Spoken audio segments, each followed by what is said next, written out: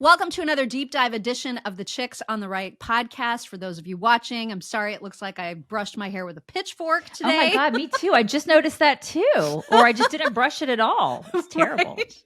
Just slacking today. Slacking. Yep. We really are. But we have an excuse, and our excuse is that we are raging right now over several things from the world of social media. Some videos have caught our eye. We discussed them a little bit in an earlier show this week, but we want to take some more time to talk about the social media clips that are going viral and also making us kind of crazy. And so let's do that. Wanna? Yeah, we should do that. Well, man, we need a reprieve. This week is the indictment of Donald Trump, Dun, dun, dun. which is how CNN puts it. So, we just need a reprieve from the whole, chasing the motorcade a la OJ and the Bronco, which is what they're doing this week. I'm They're just out of so control. sick. Yeah. So we figured we would turn our attention to social media and everything that's annoying us there. And man, there is never a shortage. Am I right? Or am I right? Totally. All right. Well, then let's start with, I think that we've actually we may have even done a deep dive podcast about this woman and this issue previously. And that I think we have. It may just be because everybody's demanding everything from everybody else. And we've done podcasts on that. So you probably feel like, God, everybody feels entitled to everything. Yeah. And so this woman has kind of made a name for herself by demanding of all airlines that she get a free extra seat to accommodate her 600 pounds of self. That's neat for her. So that's neat. And so there's a person, now I'm not angry at the person who made this video because he's just describing the story, but here it is. A plus-size influencer, Jalen Cheney, demands free extra seats on a flight. As my petition states, all plus-size passengers should be provided with an additional seat or 2 or 3 depending on their size and need. Airlines should also offer a straightforward refund process for those who are buying additional seats independently. She believes that airlines are currently discriminating against larger passengers. Let's just state facts. Plus-size travelers need more space. We simply want enough space to travel comfortably and safely without fear of being discriminated against because of our size. Some critics pointed out that her plan could push ticket prices up for all passengers, Yeah. but Jalen says it's worth it. In a statement shared with Fox News, she said that these costs must be weighed against the benefits of creating a more welcoming and inclusive travel experience. I see what you did there. The costs must be weighed. I see what you did there. Okay, so then what about somebody who's super skinny? So if somebody's really skinny, do they pay less? I mean, it's using her logic. That's what I would, one would conclude that that's what she's getting at, right? But really, she's not. She's not getting at that. She's just saying that everybody should pay more because she's fat. And so everybody should pay because she's not taking any personal responsibility, which is what a lot of people think nowadays. I don't want to take any personal responsibility, so you have to pay for me. Yeah. Whether it's me being fat or me not wanting to take personal responsibility for my school loans or whatever. Well, no, I don't want to pay for you. And if this you can't, this is like anorexic people saying that they shouldn't have to pay full price for one seat. Right. An anorexic person, like somebody who's so super skinny, like a person who is anorexic, like they're not going to take up the full space. So they should get like, I don't know, if that person's 70 pounds, they should, get like a discount, like a major, like half price discount on the seat because they can just slink all the way to the side and not take it, like them and a small child could fit in one seat, So why would they pay full price? I mean, maybe airlines should just charge by the pound. You know what I mean? Or like maybe that's how this should work. Right. And then we could also talk about the whole fat thing. There are a lot of fat people in our country. Which is a whole lot of fat problem. It is a whole other problem. Like there's a whole lot of fat people. It used to be that back in, the early 1900s, if you saw like at the circus, the world's fattest dude, the world's fattest man, that guy's like walking around Walmart right now. Yeah. It's not, It's and like it's not an at all a average freak guy. show. Yeah. Right. He's not a freak show anymore. He's literally like, I could see that guy walking around my local store any day right now. I mean, this is just like a normal everyday occurrence in 2023. So we're really fat right now. And listen, it's not to suggest that in some cases, there are some cases where obesity cannot be helped. Maybe it's a side effect of like some other disease or whatever. Sure. And I have sympathy for anybody that is struggling with that as a reason. But I don't have a lot of sympathy for behavioral issues that cause people to be fat that they don't want to control. Yeah. And then instead they want to rely on everybody else to pay for their mistakes. Yeah. They insist. I don't have sympathy. They insist on it. They insist on it. And they claim that we have to pay for that. I shouldn't have to pay for your plane ticket, lady. Right? And we shouldn't have to retrofit planes to make it so fat people can be comfortable on planes. That's like a whole other ball game. I mean, you're talking about planes that are super expensive, and then airlines that are going to have to do this to accommodate fatness. I mean, that's crazy. Talk about expenses. That's a lot of money. It's a lot of money. And it'll trickle down to all of us consumers who are already spending ridiculous amounts of money to fly, to travel. But that chick doesn't care because she says that it's worth it. And we need to weigh the risk, benefit, whatever. And furthermore, like the whole influence, like these people are what is she influencing? Who is she influencing? She's influencing other people to be fat. That's what's happening. That's what happened with the whole body positivity movement. It's why we have so many fat people, because the more you encourage something, the more of it you're going to get. It's like the country never learns this lesson, even though it's proven to us time and time again. But I do think the end result here is going to be that the airlines cave and we're all going to start paying a lot more. Is she one of those chicks that like eats on camera and stuff? I don't know. I don't know if she does that or not. I don't know enough about her because I don't follow her influence. God, I hate TikTok. All right. So what else do we have? What else do we have on TikTok that's pissing us off today? Well, this is your fault. I blame you for my day's rage today because you're the one that discovered this one. And it's one of those ones that just sits with me and festers and just makes me angrier and angrier the more I think about it. Sorry. And that is another influencer on TikTok who is obsessed with race. She is a Black woman who is a complete grifter. And I don't care what she thinks about me saying that word at all. That's exactly what she's doing. But she's got a lesson for all of us about how racist we are if we use words other than the N word. This is absolutely infuriating. Check it out. 10 ways you say the N word without saying the N word. If you use any of these terms or phrases in reference to Black people, you are just as racist as the person that actually uses the N word. Here are the words: thug, ghetto, welfare queen, lazy, race baiter, race grifter, threatening, angry, dangerous. Or you say that we're playing the victim or we are a diversity hire. What you actually mean to say is the N word. Just stop it. If you say these words or phrases, that's the N word. If you say these ignorant racist terms or phrases around your children, you're also teaching your children to be racist just like you. So I have good news and bad news for you. Here's the bad news. You're not as non-racist as you thought you were, and you're certainly not anti-racist. Here's the good news. You can unlearn all the racist crap you've been taught and reject white supremacist ideologies that you've believed for your entire life. Now, if you're ready to do that and start becoming a part of the solution instead of a part of the problem, go to that link on my profile, sign up for my webinar replay, or do a 5-day challenge, because it's time to do better. Unbelievable. Pay me money so I can tell you how racist you are. Give me some money. So, okay, so the words were dangerous, angry, lazy. What was lazy? So you can't say that somebody's lazy if they have more melanin in their skin than you. Otherwise, you're basically saying the N word. That's insanity. This is her thought process. This is what she's trying to do to tell you that basically you're a racist. Oh, by the way, pay me, take my class, and then maybe you won't be a racist anymore. You can get your get out of racist free card.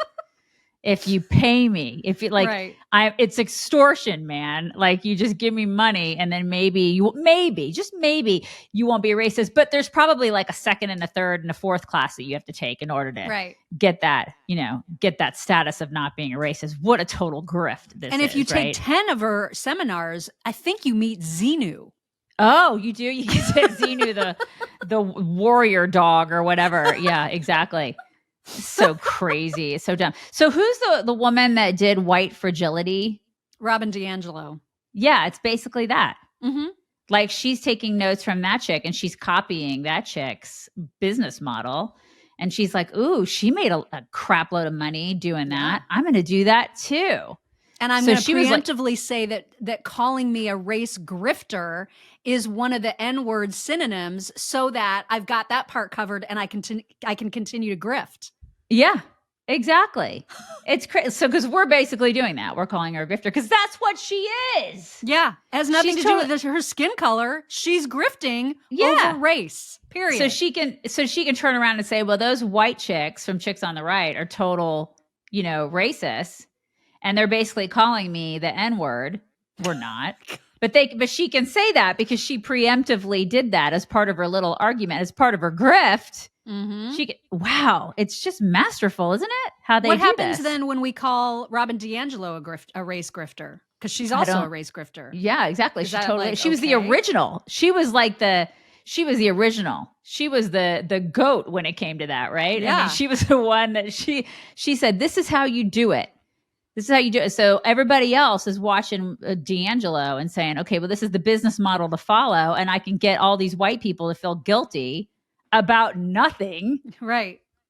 God. And meanwhile, there's probably all these liberal white chicks clutching their pearls in the suburbs going, oh my God, I'm going to do this. I'm going to take this class. Honey, can I borrow the checkbook? I have to take this class because I think I'm racist. I think I am. I think I just inadvertently called this woman the N-word. I never said it, but she said I did. Oh my gosh. Yeah. It's so crazy. Absolutely I cannot believe that anybody falls for it anymore. They do, though. Gosh. These are the same women that have like the Black Lives Matter stuff around their face on Facebook. Yeah. I'm solving the problem, solving so many problems. I'm doing the work, you guys. I'm doing it. I'm doing all the work from my house, from my upper middle class house in the suburbs. I'm going to go get my Starbucks and I'm going to do the work. Oh my God. These women are exhausting. Anybody falling for this nonsense is completely exhausting and also so racist. Dumb. I mean, the more that you fall into these separation of categories based on a certain amount of melanin in your skin, you are a racist. Totally. Because what you should be doing is looking at people as individuals. For example, if a Black person comes at me wielding a knife or some other weapon, I am going to call them dangerous and threatening. And that doesn't mean I'm racist. It means that there's a dangerous, threatening person right in front of my face. Yeah. That's it. And at no time would you ever even dream of even calling that person the N-word. Right. That's completely different. At no time. That's the thing. That's why this whole thing, there's like such a disconnect. And I'm just like, what? You would never dream of that. I know you and neither would I. That's just, that word would never cross my mind, let alone my lips. Yeah. So this woman's out of her freaking mind. Stop it. Just stop it. Maybe we can put all those words that she said we can't say into a hip hop song and then it'll be okay. Yeah, right. Exactly. Because I will never understand the rules about all of that. But that seems to be what the rules are. All right. Let's move on to a whole other topic and a whole other TikTok from a 28-year-old woman wants to get a medical procedure, which she is certainly entitled to want to get. And she ran into some problems. Here is what happened. Doctor this week. And I, first and foremost, don't want kids. So I was asking her about getting my tubes tied to make sure I never have to have kids because I have so many side effects with birth control. She was like, you're never going to find a doctor who's going to tie your tubes at 28. Which made me think, so me as a grown adult woman, a doctor won't tie my tubes in case I change my mind that I may want kids one day. However, doctors are castrating children. But I'm a 28-year-old woman and a doctor won't tie my tubes in case I change my mind. Make it make sense. You can't make any sense of that at all. It's crazy. Like our medical profession is so, as you would say, borked right now. So borked. In so many ways. I mean, it's very true. Like as a 51-year-old, there are certain things where I'm kind of shaking my head because I've had a lot of issues, just, long story short, just a lot of issues in general over the past several years. And like, if I electively wanted to get a hysterectomy, getting a hysterectomy has been like wanting to do. I haven't had one yet, but just saying, hey, I want to get a hysterectomy.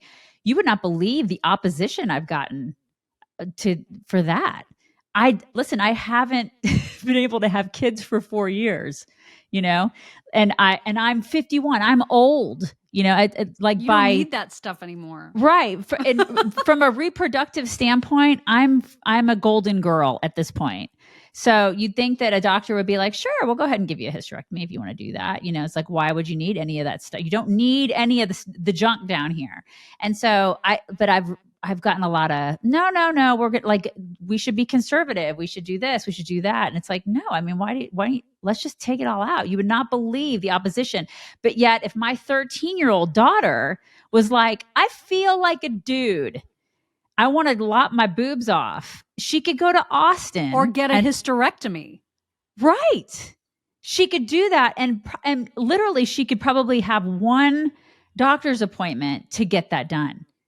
And so our medical profession is in complete shambles right now. It is. It absolutely is. And the fact that we've still got laws on the books that say you cannot get a tattoo without parental consent until you are 18. And yet now laws are changing such that kids who are 7, if you as a parent don't affirm their gender in whatever way they direct you to, the state can come and take your kids away. Like, none of this makes sense. And you say that and people don't believe you. Like the state can take the kids away. That's happening in California right now. Yep. Like, they're starting to do that right now. I never thought, you and I started doing this in 2009. If you would have told me in 2009 that this stuff would be happening right now, 14 years later, I would have said, you're crazy. There's no way that'd be happening in the United States of America. No way. It's happening so fast. Mm-hmm. Like, I just wonder what's going to be happening in 5 years, 10 years from now, because it's literally at warp speed. All this stuff is happening when it comes to just our rights as parents, and then rights as just regular humans walking around with our own, just our bodies. You know what I mean? Like, it's crazy. It's nuts. So it's alarming. And then I just wonder about our kids and then our grandkids and oh my God, it's terrifying. And how none of the rules seem to apply universally or in any common sense way. So even tobacco use, which is obviously bad. Like, there's no good that you can get out of tobacco use, but you still can't go and buy anything in some states until you're 16 because of potential long-term impacts on your body. And yet they're out there prescribing puberty blockers like it's fine, like it's candy. Sometimes it's 18. Yeah. And the same with alcohol. Oh my God, you can't drink until you're 21 because who knows what kind of trouble you might get in. But here is like body altering medication that's going to change you forever and possibly make you infertile. Mm-hmm. Here you go. I needed a 20-minute phone call with you to give you a letter that says you can Not to mention that, the puberty blockers are one thing, but then you have, people who are literally having like their boobs lopped off. Yeah. And it's like, what are you going to do about that? Like, what if they wake up at 22 and they're like, I made a gigantic mistake, and they are. We hear from detransitioners all the time. I feel like that we're going to see and hear more and more of that over the next decade and 2 decades. And it's going to be catastrophic what we see. And I just don't think they know the ramifications of what they're doing. What is the Hippocratic Oath? It's like, do no harm. Right. Isn't that? They're doing some harm. They're doing some major, major harm. And you talked about like the speed with which all of this is happening. And it reminds me of that Bill Maher clip, right? Where Dennis Prager was like, and this was in 2017. And Dennis Prager was like, now you're going to get in trouble if you say that men can't menstruate. And Bill Maher laughed in his face. They all did did. The rest of the panel. Everybody they all did. laughed in his face. And he's like, I'm telling you, this is happening now. And they were like, that's ridiculous. That's not You're an happening. idiot. Yeah. Now we got friggin' Johns Hopkins University in their glossary removing the word woman in favor of non-man. So you talk about women being erased. I don't know how you can get erased any harder than to be called a non-man. Yep. What in the hell? Yep. That is a medical institution that is doing that. I can't, and then they want us to trust the science. I don't trust the science from people who aren't, these people are calling women, biological women, non-men. So the next time something happens, like a pandemic goes down, you're going to look at me and say, trust the science. I'm going to put up my middle finger. That's what I'm going to do. I mean, I pretty much did it the last time, but this time I'm going to do it with both hands. And I'm going to say, y'all can suck it. You can tell me to trust the science, and I'm already trusting the science, and I know what a woman is. Yeah. Y'all don't. So you can bite me. See, this is the kind of stuff that we've been raging over on social media, you guys. This is why everything is making us so ragey. But I think we're going to close out today's segment with something that doesn't make us ragey that's going viral on social media. And that is a brand new song. So stay tuned for that because I think you're going to really, really enjoy it. Oh my God. Do we need to tell people like who actually sings the song? Do I have I think you should. I think you should. It's the artist is. You at least tell people what the artist is. Okay, let me see because it's gone viral under so many different accounts. Just before I saw it first on angrycats.tv. Okay, it's a cat, you guys. It's a cat, and then a guy with a guitar. Just this is so what great. People are doing now, and it's very catchy. Great. It's very catchy. You won't be sorry if it becomes an earworm. You won't be sorry. All right. You guys catch us next week. Same time, same chick channel. Have a wonderful, wonderful week.